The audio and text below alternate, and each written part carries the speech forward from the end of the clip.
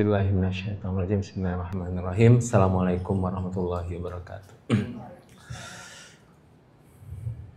Alhamdulillahirrabbilalamin. Wassalatu wassalamu ala asyrafil anbiya'i wal mursalin Sayyidina Muhammadin wa ala alihi wa sahbihi wa man tabi'ahum bi ihsanin ila yaumiddin.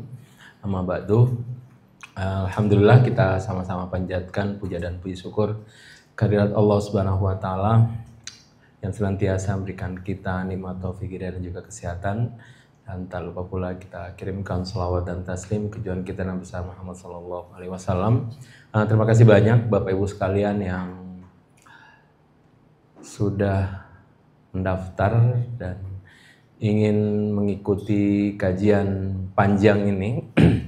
Slide ini saya ambil dari buku, jadi apa yang menurut saya penting, saya merangkum itu dalam bentuk slide, dan mudah-mudahan setelah mengikuti dan kalau bisa menghabiskan slide ini selama 3 hari, insya Allah Bapak Ibu baru baca bukunya gitu. Jadi ini sebenarnya pendahuluan agar Bapak Ibu sekalian memudahkan untuk memahami teks bukunya, karena kalau kita mendapatkan seperti apa sebenarnya buku ini ditulis, baru kemudian mudah untuk kita pahami.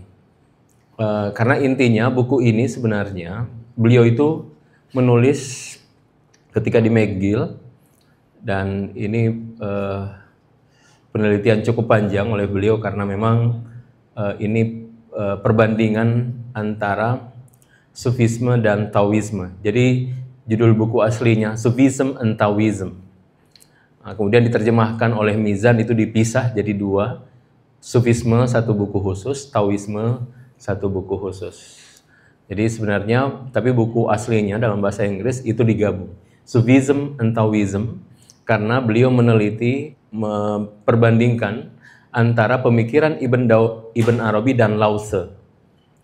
Nah, ketika beliau meneliti Ibn Arabi, beliau meneliti khusus kepada kitab yang memang kitab Fususul Hikam.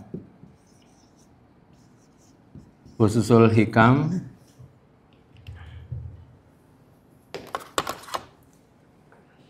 Fususul Hikam Ibn Arabi dan kitab ini kitab yang cukup berat, dan Sufisme sebenarnya merujuk ke kitab ini. Misal Fususul Hikam Ibn Arabi, dan Ibn Arabi punya 2 buku yang sangat populer, Fusus dan Futuhat. Jadi Futuhat Al-Makkiyah ini 2 buku yang sangat punya pengaruh hingga sekarang ini dalam buku pemikiran tasawuf. Bahkan ada yang menganggap semua tasawuf hari ini adalah catatan kaki dari 2 buku ini, Fususul Hikam dan Futuhat. Nah, Fusus itu punya banyak komentar, syarah. Nah, salah satu syarah yang terkenal, syarah itu komentar atau penjelasan, itu adalah karya Abdurrazak Kashani. Dan buku Sufisme adalah ingin mencoba menjelaskan kitab Fusus berdasarkan tafsiran Abdurrazak Kashani. Dan Abdurrazak Kashani ini adalah penafsir awal kitab Fususul Hikam.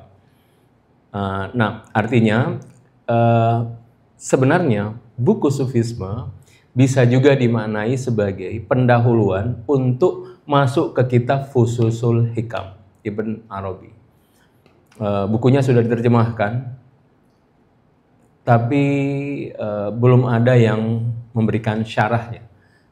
Yang diterjemahkan itu masih bukunya, tapi komentarnya belum ada yang menerjemahkan. Nah, buku Sufisme ini sebenarnya pengantar untuk masuk ke pemikiran Ibn Arabi, Fususul Hikam. Dan kitab ini kitab yang sangat bisa dianggap sebagai struktur pemikiran tasawuf, khususnya dalam pemikiran Ibn Arabi, itu ada di Fususul Hikam.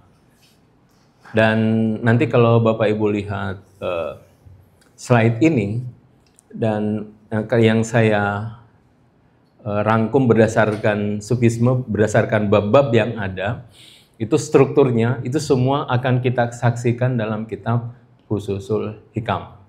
Gitu. Jadi insya Allah nanti setelah kita mengkaji ini, Bapak Ibu bisa mudah membaca kitab sufisme dan insya Allah mudah juga untuk kira-kira meraba-raba pemikiran kitab Fususul Hikam.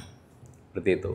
Banyak orang yang memberikan pengantar terhadap kitab Fusus.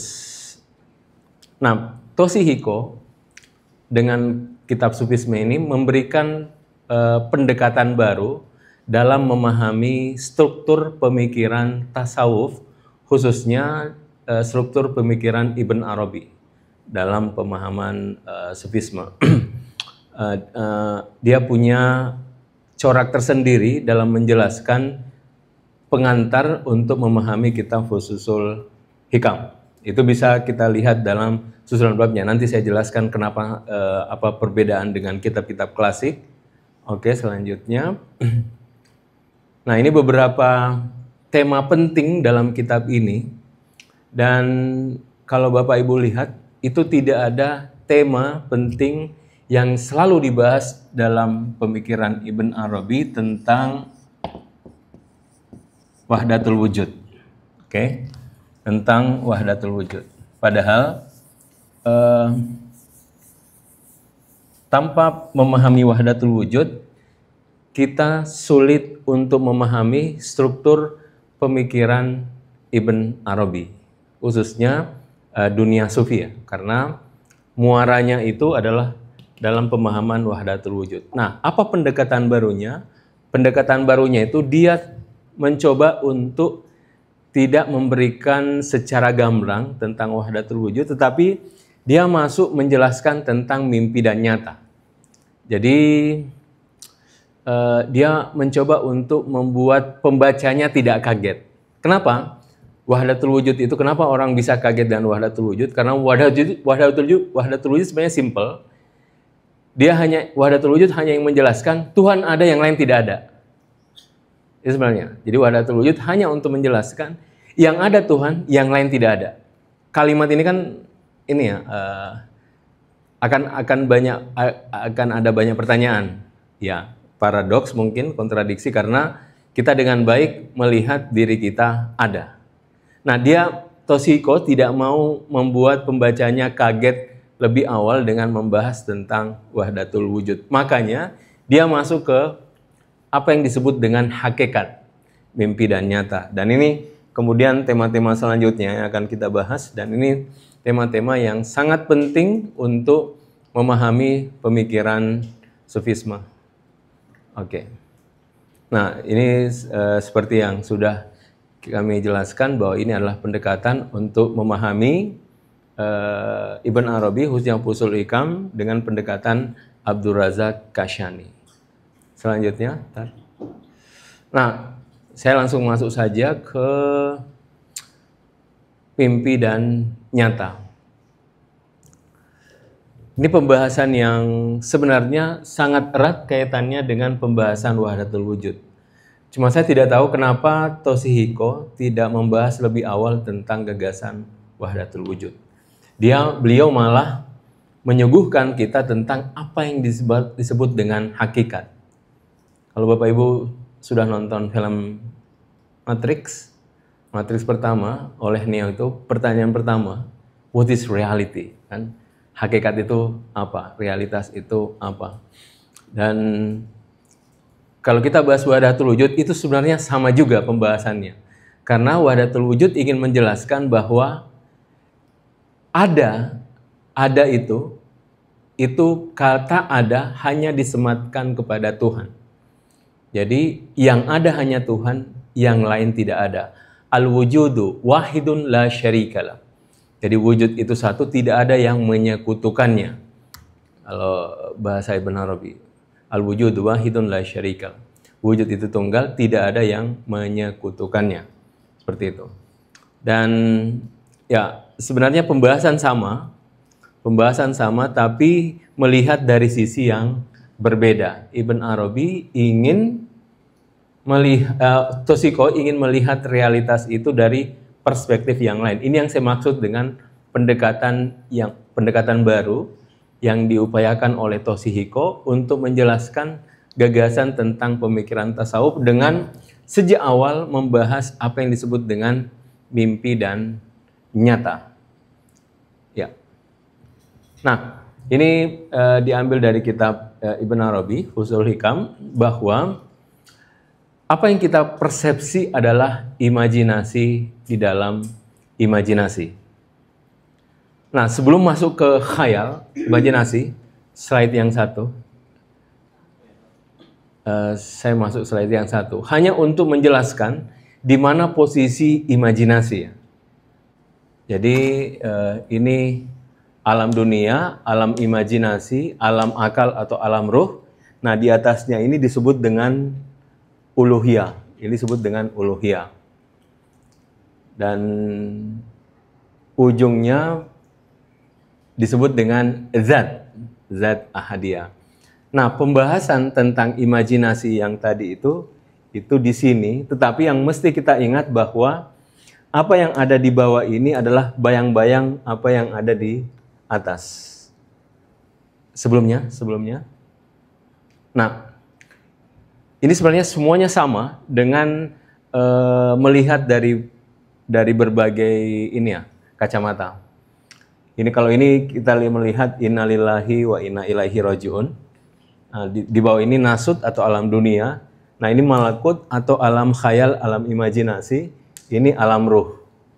Semuanya dengan istilah yang berbeda. Nah, di atasnya disebut dengan uluhiyah. Jadi kalau misalnya Bapak Ibu melihat kata-kata uluhiyah, rivernya itu di atas alam ruh. Disebut dengan makom uluhiyah. Oke. Kalau misalnya Bapak Ibu bertanya sekarang, karena semakin jauh kita mungkin semakin berpindah slide-nya. Ini ghaibul ghuyub atau zat. Ibn Arabi menyebut zat itu sebagai ghaibul ghuyub. Kegaiban yang gaib maksudnya tidak ada yang bisa sampai ke hakikat zat. Sehingga Ibn Arabi menyebutnya ghaibul ghuyub. Kegaiban yang tetap gaib, yang benar-benar gaib. Nah, dia di tengah. Kenapa cara bacanya bahwa yang di tengah ini meliputi semuanya. Jadi yang di tengah ini meliputi apa yang ada di permukaannya. Ini batin. Jadi semakin batin semakin zat, tapi zat meliputi semuanya. Ini tajalli pertama. Nah, baru kita alam ruh, alam imajinasi, alam dunia. Oke. Ini keterangannya nanti kita baca. Nanti kalau ketemu dengan istilah ini, saya kembali lagi ke slide ini. Hanya untuk menjelaskan bahwa pembahasan kita adalah menjelaskan tentang imajinasi, alam khayal, dan ingin menjelaskan bahwa semua yang ada di luar ini itu berasal dari sini. Oke, berasal dari sini. Jadi apa yang nampak di luar itu berasal dari hakikat zat. Ya, kalau istilah teologi syariatnya mengatakan bahwa semua ciptaan ilahi. Tapi para sufi membahasnya lebih detail untuk menjelaskan seperti apa hierarki ontologi dalam dunia sufi sehingga kita bisa mempetakan dengan baik. Ini alam dunia, alam imajinasi, alam ruh, baru masuk makom uluhiyah. Mulai dari tadi ada ayan sabita, wahidiyah, ahadiyah sampai zat. Ya, Mbak. Itu tadi meliputi itu tapi bukan dalam artian zat.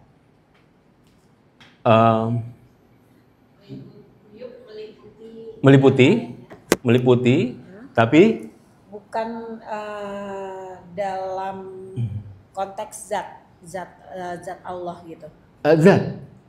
Zat juga. Iya. Jadi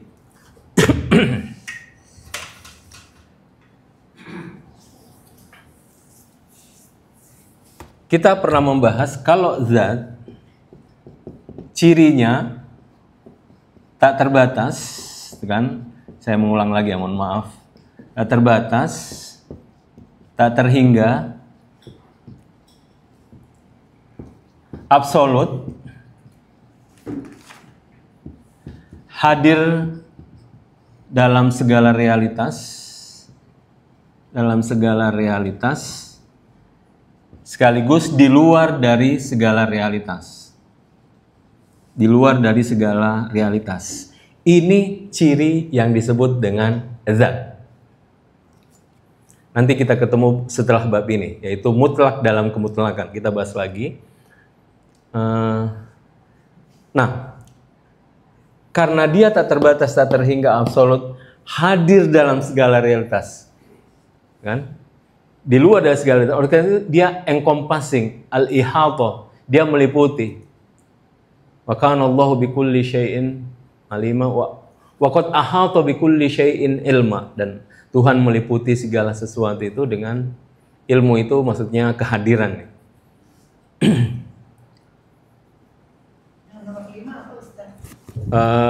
Ini hadir dalam segala realitas sekaligus di luar dari segala realitas. Jadi ini 5 ciri yang disebut dengan zat. Dengan 5 ciri ini tidak ada yang bisa meliputi zat. Karena dia, oke? Jadi itu kalau bisa disimpulkan boleh nggak bahwa memang semuanya ya dia aja udah gimana apapun.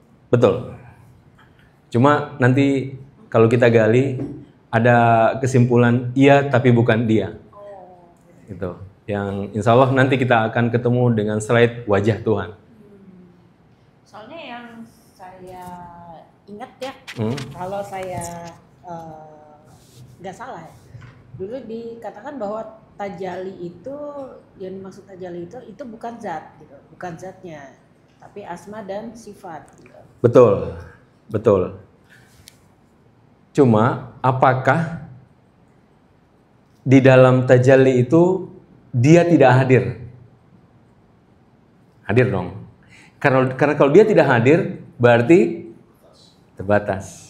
Cuman hadirnya dalam bentuk zat juga hadir. Iya. Cuma kenapa kita sebut tajalli? Oke. Kenapa? Karena kita hanya melihat dimensi ini.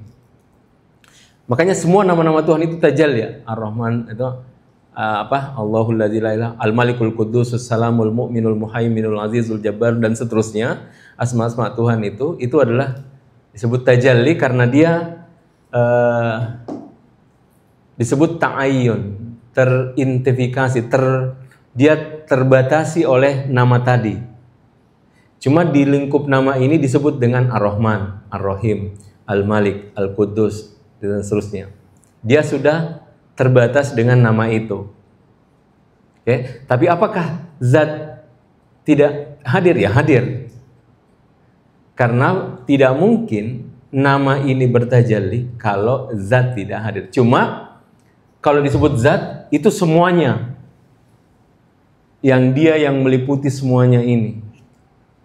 Kan? Ya, makanya bahasa Quran itu luar biasa. Wa qad ahata bikulli syai'in ilman, dan dia meliputi segala sesuatu dengan ilmu. Kenapa ilmu? Karena ilmu itu kehadiran. Yang tahu yang hadir, yang tidak tahu dia tidak hadir. Maksudnya kalau yang tidak hadir dia hanya dikabarkan. Tadi saya di atas lantai 6 ada begini. Tapi hakikatnya dia tidak tahu karena dia tidak hadir. Makanya dia hanya mendapatkan berita, kabar dari seorang. Dia hanya tadi di lantai 6 ada begini, tapi dia tidak tahu hakikatnya karena dia tidak hadir. Makanya Quran menggunakan kata ilman, wa qad ahata bikulli syai'in ilman. Kan? Jadi ini meliputi ilman untuk menjelaskan tentang kehadiran, bahwa meliputi Tuhan itu dengan kehadiran dirinya. Seperti itu. Surat berapa tuh itu deh? Nanti saya cari. Oke. Saya tidak hafal surat ini. Ustaz, ya, saya silakan dulu kan. Ya. Kalau misalnya mempelajari wahdatul wujud ya seperti tadi, apakah berpotensi untuk hulul atau itihad kan? Jadi nah itu seperti istilah Abu Yazid Al-Bustami istilah hulul dan itihad itu di periode abad kelima sebelumnya. Setelah muncul Ibn Arabi tidak lagi digunakan hulul dan itihad. Yang digunakan istilah tajalli. Tajalli. Nah, Itu bedanya sebenarnya istilah tajalli dan hulul dan ittihad. Nah, dulu di zaman, khususnya di zaman, siapa yang menyebutkan Anal Haq? Ayyub Yazid Al-Bustami. Bukan Anal Haq, Halaj. Nah, Halaj itu terutama dia menggunakan kata hulul.